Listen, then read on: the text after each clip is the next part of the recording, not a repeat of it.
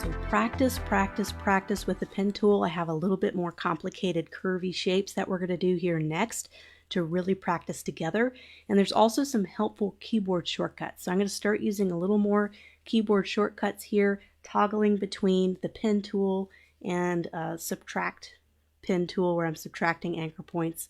So I'm going to be kind of doing a few more quicker keyboard shortcuts. So to start, these are really important ones to go ahead and memorize and just practice, but don't feel like you have to know keyboard shortcuts right away. You're still just learning design. You're still just learning the basics of the program. Don't overwhelm yourself with keyboard shortcuts. Don't put that pressure on yourself. It took me years to finally incorporate keyboard shortcuts, and I'm still working on it. So let's do this first. It's kind of, I guess you call it a dog kind of symbol, logo, graphic. I thought I created this and I thought, hey, I wanted to create something with a lot of curves because that's the most challenging part about using the pen tool is getting those curves right. So I'm going to click, and a lot of people go, where do you start when you go to trace the pen tool? And a lot of times I like to start at really sharp points or edges because they just seem like more logical places to start.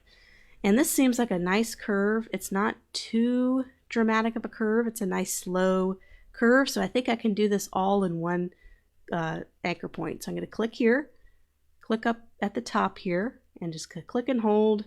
See if I can't match that shape. I did that pretty good. Let's go ahead and flip to a stroke so we can see our outline. So now you can see it's going all over the place.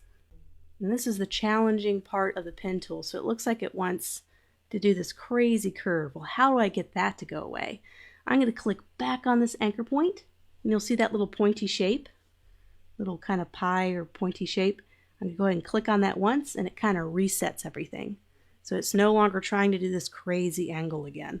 So I just click back on the original point. Now it starts over, and now I can click and do this curve right here, just like that. So now I'm going to click and do curves. I'm going to work with the curves as long as they kind of go along the path that I like.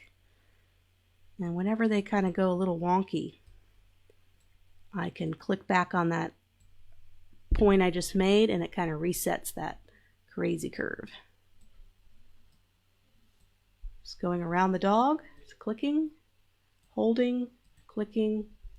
Probably need to click and hold. There's a little bit of a curve there. And you'll notice I try to go as far as I can, but sometimes there's just curves that aren't perfectly curved. It's kind of more complex. So I'm going to click. So notice how it's not quite giving me the curve that I want. I'm going to click back on that original anchor point, and I'm going to, it kind of resets. That's just something, that's probably one of the hardest parts. And some curves aren't as easy, and they take multiple anchor points. See how it took a couple anchor points to kind of go up the ear to match it perfectly? That's totally fine. Click and hold, and you'll get used to where to place the anchor points, where to place the next one. That's probably what is so challenging about the pen tool, is where do I place the next one? And that's just where practice comes into play, and you learn where it's easier to do it. So let's zoom out and do some bigger ones. There's no way I think I can click and make the perfect shape there. Maybe I can. That's not too bad. That went pretty far, but I think with this curve, if I try to complete the shape, I don't think I'm going to be able to match that. Maybe I can. Look how far I'm having to drag my mouse over to the left to get that to match. But in this case, I think I might just have to do halfway, do a curve, and then halfway, do a curve. So there is our dog shape. So now we need to go back and we can get our direct selection tool. Go ahead and select our object. And now we have access to all the anchor points and handles. And let's see if we can't kind of smooth everything out. Let's zoom out a little bit so you're not seeing, you can see a more detail. Just kind of smoothing out our shape. Clicking on the handles, see that doesn't match up. So just gonna match up. And so when I brought that down, so you'll notice I brought this anchor point down here. It kind of shifts that as well. So I just need to go back and adjust and adjust. And this is where sometimes it's nice if you need to add another anchor point. So I'm going to just go up here. Of course, there's a keyboard shortcut for this. Add an anchor point. I'm going to click somewhere in the middle here, and then it's going to give me another anchor point of control where I got to go back to the direct selection tool. So I'm going to go back and edit this point. I'm just going to click and change it. So don't be afraid of subtracting anchor points or adding anchor points to get better control over your curve. This looks a little wonky right here. I don't really like how that looks. And if I have the corner tool right here, I could just click and round that off and make it look a little better. I can get the curvature tool and double click and turn that into a rounded shape. But you notice how it kind of changed everything around it. So I'll double click. Kind of changes a little too much. So let me do that rounded corner tool. I got the direct selection tool selected. Click and hold. This is a lot to learn. So you can redo this a few times. We're going to be doing this way more. We got a lot more to do. So don't feel like you have to get this when I'm doing this one project. We're going to do lots of projects together to practice this. This is really kind of a demonstration. I'm going to just straighten that up. I just didn't like how that looked. You get really picky when you do this a lot. You want that curves to be nice and smooth. And okay, there might be an extra. There's 2 anchor points there for whatever reason. You know, I may not need both, so I can always just go up here, delete an anchor point. If I feel like there's an extra anchor point I don't need, you know, why use it? Let's try to do the most simple shapes we can. So let's flip this to from a stroke. Oh, it looks like that's a rounded point. I think I did the corner tool on all of them. So I'm just going to need to make sure I click twice. And I just want to do this one corner straight. There we go. So let's go ahead and flip that to a stroke and see how we did. That's pretty darn close if I say so myself. So that was great to be able to practice the rounding and creating of the shape. So now we're going to do a complex M shape. It just looks complex, but it's actually really simple shapes. We have a couple of rectangles, a couple of triangles that emulate shading, and I used a couple different shades of gray to look like it's kind of a folded piece of paper, and it looks like it's 3D. So this will be a little bit more simple than it looks at first. So we're going to get that pen tool because that's what this is all about, is practicing with the pen tool. And we're going to do a stroke so we can kind of see what is happening underneath. We're just doing a simple rectangle. So that's a rectangle shape. We're going to switch that to fill as we go along. Let's do the next one. And we can use our keyboard shortcuts now. I'm going to toggle on the move tool or the selection tool right here. I'm just going to press V and click off. So it helps me kind of click off to the next shape.